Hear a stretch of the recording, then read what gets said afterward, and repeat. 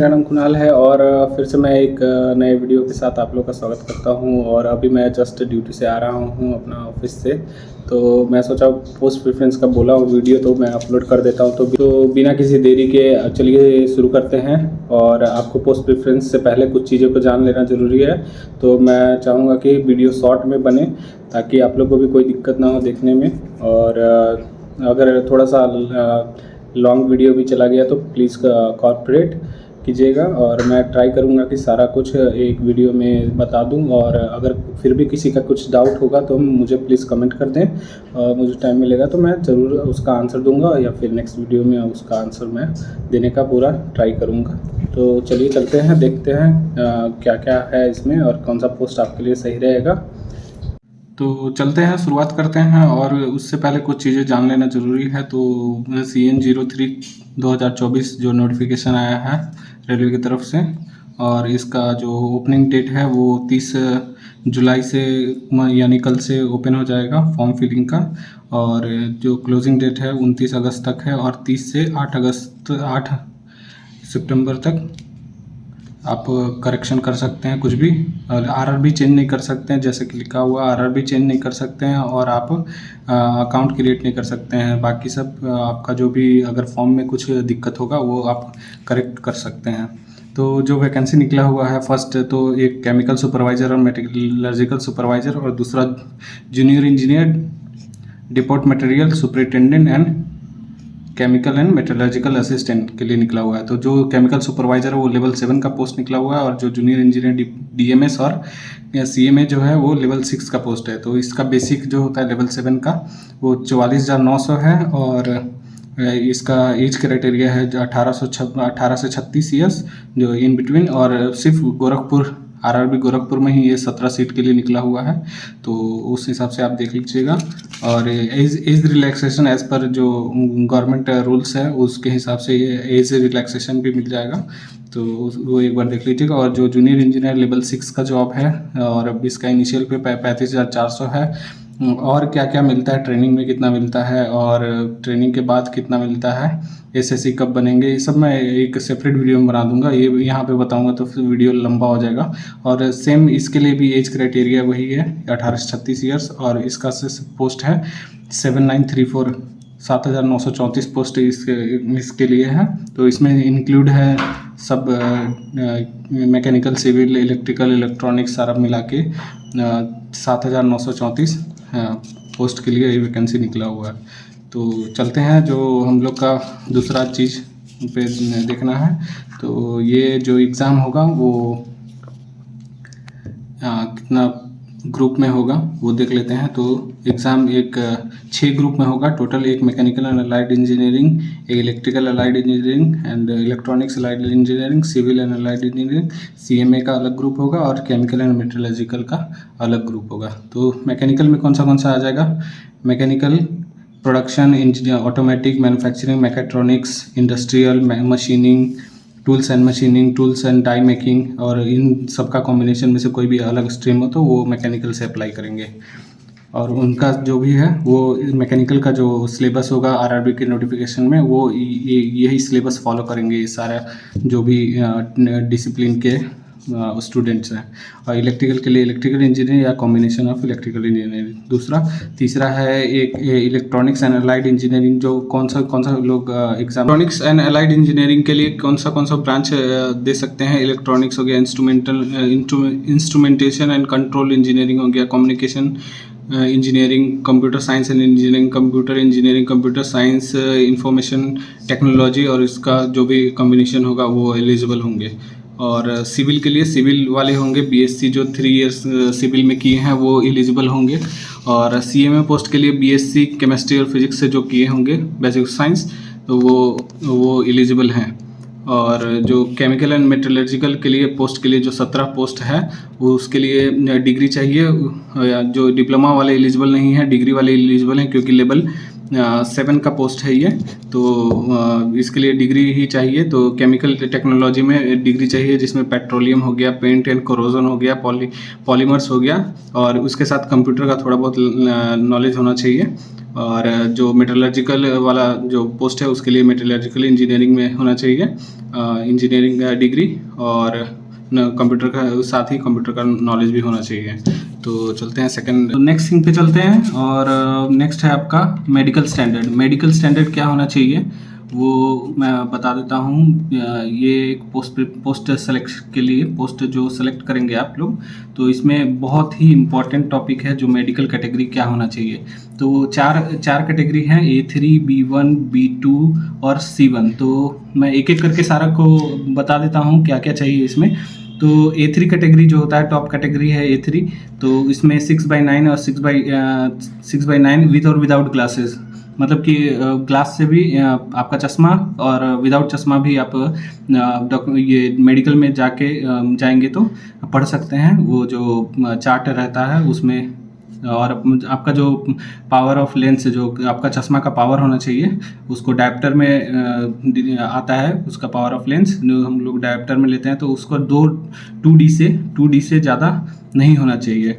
तो 2D के अंदर ही होना चाहिए, वही A3 में एलिजिबल होंगे। तो आप लोग देख लीजिएगा एक बार मेडिकल आपका A3 है कि नहीं, उस हिसाब से आप पोस्ट सेलेक्ट करेंगे।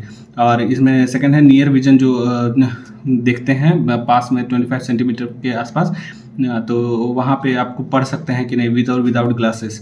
और कलर विजन आपको पता करना पड़ेगा कि आपका कलर विजन है कि नहीं है। ये गूगल पे कोई भी सर्च कर लीजिएगा, पैटर्न आता है वो पढ़ लीजिएगा आप, उससे पता चल जाएगा कि आपको कलर विजन है कि नहीं। बाइनोकुलर विजन भी होता है, नाइट विजन होता है, मेसोपिक विजन है। ये देख लीजिएगा आप लोग कि इस पर आप पास हैं कि नहीं, तो तभी ये A3 मेडिकल कैटेगरी आप पास कर पाएंगे और इसके लिए अप्लाई कर पाएंगे। नहीं से ही आप देख लीजिएगा कि आप A3 में फिट करते हैं, तभी आप A3 का पोस्ट ऊपर में डालिएगा, नहीं तो उसको नीचे में डालिएगा। और फिर उसके बाद आता है B1 कैटेगरी। B1 कैटेगरी में से आता है 6/9, 6/12 विद और विदाउट ग्लासेस आपका होना चाहिए। और इसमें जो पावर ऑफ लेंस है वो 4 डायोप्टर से ज़्यादा नहीं होना चाहिए, 4 डायोप्टर से कम होना चाहिए। तो इसमें ये देख लीजिएगा, वो B1 कैटेगरी में फॉल करते हैं। और सेम चीज़ वो जो आपका नियर विजन है, रीडिंग विद और विदाउट ग्लासेस आपका होना चाहिए, जो पढ़ सकते हैं 25 सेंटीमीटर के आसपास जो रहता है वहाँ पे आप पढ़ सकते हैं, वो देख लीजिएगा। और सेम चीज़ यहाँ भी है, colour vision, binocular vision, night vision और मेसोपिक विजन भी आपका क्लियर होना चाहिए। इसमें कोई दिक्कत होगा तो आप B1 कैटेगरी में ये B1 कैटेगरी को फिट नहीं कर पाएंगे। तो ये एक बार फॉर्म भरने से पहले आपको टेस्ट कर लेना चाहिए, और ये काफ़ी इम्पोर्टेंट चीज़ है। तो उसी को देख के आप फॉर्म फिलअप कीजिएगा। तो दूसरा हो गया। अब तीसरा पे चलते हैं B2 medical category. B2 medical category में 6/9, 6/12 जो है विद और विदाउट ग्लासेस और पावर ऑफ डायोप्टर सेम है, जो 4D के से कम होना चाहिए। और सेम वहाँ नियर विजन भी सेम ही है, और बाइनोकुलर विजन आपको पास होना चाहिए। इसमें कलर ब्लाइंडनेस, जो विजन है वो नहीं है इसमें। तो जिनको भी कलर विजन है वो आप एक बार गूगल सर्च करके देख लीजिएगा। आप पैटर्न्स आते हैं, वो पैटर्न्स आप पढ़ के देख लीजिएगा। अगर पैटर्न्स पढ़ पाते हैं तो आप कलर विजन नहीं है, और अगर नहीं पढ़ पाते हैं, आपको प्रॉब्लम आती है, तो आप कलर डिसेबिलिटी है आपको, तो कलर को आप जांच नहीं कर पाते हैं कि कौन सा है, रेड, ब्लू, ग्रीन, ये सब में फ़र्क नहीं बता पाते हैं, तो उसको कलर विजन होता है। तो वो B2 कैटेगरी वाले ही पोस्ट ऊपर में रखेंगे। और C1 कैटेगरी है जो मेनली वर्कशॉप में होता है। तो आगे चल के मैं वर्कशॉप और ओपन लाइन ये सब सारा कुछ बताऊंगा, तो आगे वीडियो में बने रहें। पोस्ट भी मैं बताऊंगा कौन कहाँ पे पोस्टिंग मिलता है, कि डिवीज़न में मिलता है, हेडक्वार्टर में मिलता है, वर्कशॉप में मिलता है। C1 कैटेगरी जो है उसमें देख लेते हैं। तो 6/12, 6/18 है, विद और विदाउट ग्लासेस है। नियर विजन आपको पढ़ना आना चाहिए, पढ़ने में कोई दिक्कत नहीं होना चाहिए। और इसमें कलर विजन और बाइनोकुलर विजन अगर आपका ठीक नहीं है तभी भी कोई दिक्कत नहीं है। तो मेनली ये पोस्ट होता है वर्कशॉप के लिए होता है, प्रोडक्शन यूनिट के लिए होता है। तो आगे चल के मैं बता दूंगा। तो इस हिसाब से आप चारों कैटेगरी में मोस्ट इम्पोर्टेंट है ये। आप ज़रूर फॉर्म फिलअप करने से पहले ये चीज़ देख लेंगे कि आप किस कैटेगरी में आते हैं, तभी आप फॉर्म फिलअप करें और post preference according to your medical category ही डालें। करते हैं अब पोस्ट प्रेफरेंस बता देता हूँ मैं कौन सा पोस्ट प्रेफरेंस आप लोग को सेलेक्ट करना है as per your medical category, और कौन सा पोस्ट अच्छा रहता है, कौन सा पोस्ट कहाँ मिलता है, हेडक्वार्टर मिलता है, ओपन लाइन, वर्कशॉप, ये सब प्रोडक्शन यूनिट, ये सब मैं आगे का बता देता हूँ। तो चलते हैं आगे का वीडियो में, चलते हैं मोस्ट इम्पोर्टेंट अपना पोस्ट देख लेते हैं कौन सा किसको में किस में क्या काम रहता है, और कौन सा मेडिकल कैटेगरी को देखते हुए कौन सा पोस्ट ऊपर रखें या नीचे रखें, और कौन किसका क्या काम रहता है वो भी देख लेते हैं। उससे आपको कैटेगराइज करने में आसान हो जाएगा कि आप वहाँ पे काम कर सकते हैं या नहीं कर सकते हैं, आपको डिफ़िकल्टी होगा या ओपन लाइन में कर सकते हैं या फिर वर्कशॉप में कर सकते हैं। तो वर्कशॉप और ओपन लाइन ये थोड़ा सा डिफरेंट हो जाता है। अगर मैं पॉजिटिव और negative open line, workshop, production unit का बताने लगूँ तो वीडियो बहुत ज़्यादा लंबा हो जाएगा, तो इसलिए मैं यहाँ पे शॉर्ट में बता देता हूँ मेडिकल कैटेगरी और सब डिपार्टमेंट के बेसिस पे कि पोस्ट आपको कौन सा ऊपर रखना चाहिए, तो उसमें आपको काफ़ी हेल्पफुल हो जाएगा। और लाइन और ये वर्कशॉप या प्रोडक्शन यूनिट या डिज़ाइन ड्राइंग का रिलेटेड जो भी रहेगा वो मैं अगले कुछ वीडियोस में आप लोग अगर कमेंट करते हैं तो मैं बता दूंगा उसमें, लेकिन यहाँ पे उतना लंबा वीडियो बन जाएगा, इसलिए मैं यहाँ पे जल्दी ख़त्म करने का कोशिश कर रहा हूँ। तो यहाँ पे जो केमिकल सुपरवाइज़र और मेट्रोलॉजिकल सुपरवाइज़र के लिए पोस्ट है जो लेवल 7 का है, तो आपको दो बातों का आपको जरूर से ध्यान रखना है। एक तो डिपार्टमेंट, कौन सा डिपार्टमेंट मिल रहा है आपको, कौन से डिपार्टमेंट में अप्लाई कर रहे हैं, और मेडिकल कैटेगरी क्या है। आपको दो बातों का जरूर से जरूर ध्यान रखें। पोस्ट प्रेफरेंस में आप वही पोस्ट पहले डालें जिसमें आप मेडिकली फिट हैं, तो आपके लिए अच्छा रहेगा। तो इसमें है R&D, रिसर्च एंड डेवलपमेंट में आपको पोस्ट मिलेगा, तो कहीं भी मिल सकता है आपको, जैसे कि RRB गोरखपुर है,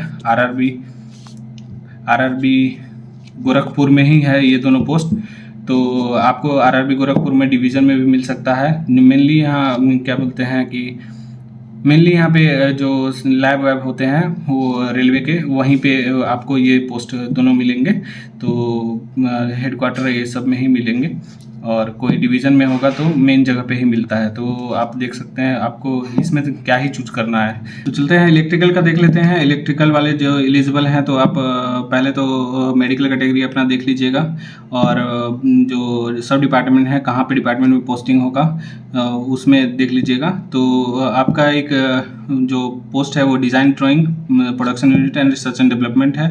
दूसरा general services, TRS, R&D, TRD, workshop, तो ये सारे डिपार्टमेंट हैं।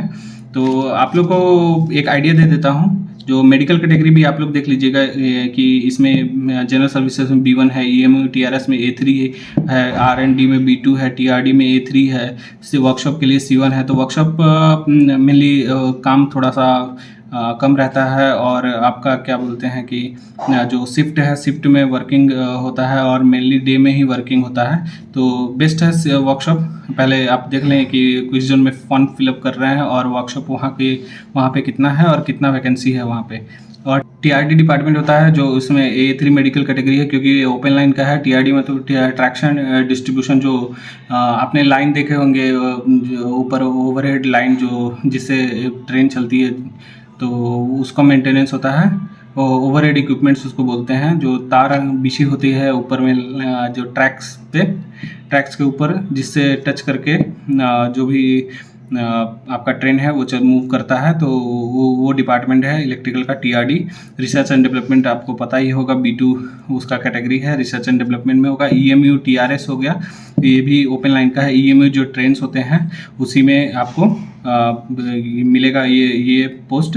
और TRS होता है ट्रैक्शन रोलिंग स्टॉक, तो रोलिंग स्टॉक इसी को EMU में ही आपको मिलता है। EMU जो जितना ट्रेन्स का मेंटेनेंस होता है तो आपको वहाँ पे पोस्टिंग मिलेगा, और ये ओपन लाइन में जनरली मिलेगा आपको, ओपन लाइन में। तो ओपन लाइन और वर्कशॉप का डिफरेंस मैं बता दूंगा। और जनरल सर्विसेज जो है वो ओपन लाइन का ही होगा, ओपन लाइन का होगा। जो स्टेशन जो होते हैं तो वहाँ पे लाइटिंग वाइटिंग देखना है, सारा कुछ मेंटेन करना है स्टेशन का, वो जनरल सर्विसेज में आता है। मतलब सब कुछ दे सकता है जनरल सर्विसेज, मतलब कि ऑल कोई भी दे सकता है आपको जनरल सर्विसेज में। और ये वर्कशॉप में आपको क्या काम रहता है, वो वर्कशॉप में आपको टाउन सप्लाई देखना पड़ता है। जैसे कॉलोनी हो गया, तो वो कॉलोनी का सप्लाई देखना पड़ेगा। उसके बाद आपको पावर हाउस हो गया, शॉप में जो लाइट जा रहा है वहाँ पे कोई डिफ़ॉल्ट हुआ तो वो सब देखना पड़ेगा आपको। और design drawing and production unit में आपको जैसे कि ICF कपूरथला है, और क्या बोलते हैं आपका प्रोडक्शन यूनिट रायबरेली है, ये सब चेन्नई में भी है प्रोडक्शन यूनिट, तो वहाँ पे आपको मिलेगा। तो ये आप देख लीजिएगा एक बार। और उस हिसाब से पोस्ट प्रेफरेंस में आपको सबसे पहले तो वर्कशॉप को देना है, ठीक है। उसके बाद डिज़ाइन एंड ड्राइंग को देना है, और फिर आपको रिसर्च एंड डेवलपमेंट को देना है। और मेरे हिसाब से बोल रहा हूँ तो आपके लिए अच्छा रहेगा। और इसमें जो ओपन लाइन होता है उसमें जो TRD हो गया, TRS हो गया, आपको कभी भी बुला के काम करवा सकते हैं। जो सुपरवाइज़र का जो ये जूनियर इंजीनियर यहाँ पे बोलने के लिए है, बस जूनियर इंजीनियर बोलने के लिए है। आप सुपरवाइज़र कैडरे में आके ज्वाइन करेंगे, पोस्टिंग होगा तो सुपरवाइज़र कैडरे में ही आता है।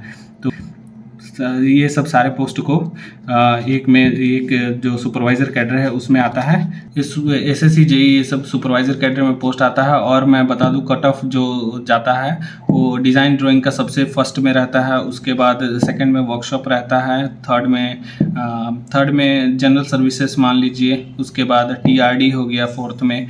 तो इस हिसाब से आप अपने कैटेगराइज कर सकते हैं कि कौन सा पोस्ट आपको ऊपर रखना है, ठीक है। तो सेकंड आते हैं कि सिविल में इंजीनियरिंग, सिविल वालों के लिए। तो सिविल वालों के लिए मेडिकल कैटेगरी आप देख लीजिएगा, मोस्टली तो A3 ही रहता है। तो पीवे और ब्रिज क्या है, पीवे परमानेंट वे होता है। जो ट्रैक व्रैक नया बनता है वो उसमें मिलता है, उसमें अपॉइंटमेंट मिलता है। और ब्रिज जो नए नए रेलवे के जितने भी ब्रिज बनते हैं तो उनमें अपॉइंटमेंट मिलता है, उनको देखना पड़ता है। और design and drawing and production, design drawing production unit में मिलता है। तो ये C1 कैटेगरी का पोस्ट है, ऑफिशियल वर्क होता है, इसमें ऑफिशियल वर्क होगा। तो एक बार देख लीजिएगा, यहाँ पे आपको डिवीज़न में पोस्टिंग मिलेगा, डिवीज़न में मिलेगा, HQ में मिल सकता है। तो पूरा डिवीज़न या HQ आपको देखना पड़ेगा। तो इस हिसाब से आप सिविल वाले देख लीजिएगा। अब आते हैं junior engineering works production unit में जो जितने भी प्रोडक्शन यूनिट में बिल्डिंग ये सारे बनते हैं, उसका एस्टिमेशन ये सब देखना पड़ता है। कॉलोनी का हो गया, ये सब सारा कुछ देखना पड़ता है। ये C1 कैटेगरी का पोस्ट है। और junior engineer civil works and research, तो वर्क्स एंड रिसर्च है, तो ये आपका ओपन लाइन का है। तो इस हिसाब से आप एक बार देख लीजिएगा। Civil design civil, junior engineer design civil, तो ये रिसर्च एंड डेवलपमेंट का होता है। तो HQ में इसका पोस्टिंग मिलता है। HQ हो गया, डिवीज़न हो गया, यहाँ पे HQ में डिवीज़न में पोस्टिंग मिलता है। तो उस हिसाब से आप एक बार देख लीजिएगा, आपको मेडिकल कैटेगरी में फिट होते हैं तो। और फिर जूनियर इंजीनियर सिविल वर्कशॉप, तो ये वर्कशॉप के अंडर मिलता है। जितने भी आप जिस जोन में फिलअप करेंगे उसमें वर्कशॉप देख लीजिएगा कितना है, उस हिसाब से आप वर्कशॉप में क्या है, पावर हाउस हो गया आपका, टाउन सप्लाई हो गया, ये शॉप में डिस्ट्रीब्यूशन देखना पड़ता है, वही है। और शॉप में जो वर्कशॉप में है वो C1 कैटेगरी में आपका रहता है। तो सबसे अच्छा इसमें जो पोस्ट है सिविल के लिए, तो सिविल के लिए फर्स्ट पोस्ट आपका जो वर्कशॉप में आ जाता है। सेकंड आपका प्रोडक्शन यूनिट हो गया। थर्ड आपका डिज़ाइन हो गया, डिज़ाइन एंड ड्राइंग। फोर्थ हो गया आपका वर्क्स में आता है आपको R&D हो गया। उसके बाद आपका लास्ट में आप पीवे एंड ब्रिज, ये आपका लास्ट में। तो ये प्रेफरेंस हो गया सिविल वालों के लिए। तो अब आते हैं मैकेनिकल वाले के लिए। तो मैकेनिकल वाले के लिए सबसे पहले डिपार्टमेंट देख लीजिए, कौन सा डिपार्टमेंट में आपको पोस्टिंग मिलने वाला है, और मेडिकल कैटेगरी देख लीजिए। तो जूनियर इंजीनियर ट्रैक मशीन हो गया, तो ट्रैक मशीन इस पर एक वीडियो बना दूंगा, क्योंकि ये ट्रैक मशीन बहुत ज़्यादा लंबा है, इसका वर्किंग ये सब। बाकी जिसको पैसे कमाना है, पैसा बहुत है इसमें, तो जिसको पैसा कमाना है ये फिल कर सकते हैं, और उस पर देख लीजिएगा कि आपको A3 मेडिकल कैटेगरी फिट होता है कि नहीं। कैरेज एंड वैगन जो आपका स्टेशन पे पोस्टिंग मिलता है। Design and drawing production unit में C1 कैटेगरी का जॉब है, ऑफिशियल वर्क है, ये ऑफिस वर्क है। और डीजल सेट जो जितने भी डीजल लोकोमोटिव होते हैं वहाँ उनके लिए एक सेट बना होता है, वो भी ओपन लाइन का है, लेकिन ये वर्कशॉप की तरह ही होता है, एज अ वर्कशॉप ट्रीट कर सकते हैं इसको। तो ये भी बहुत अच्छा है।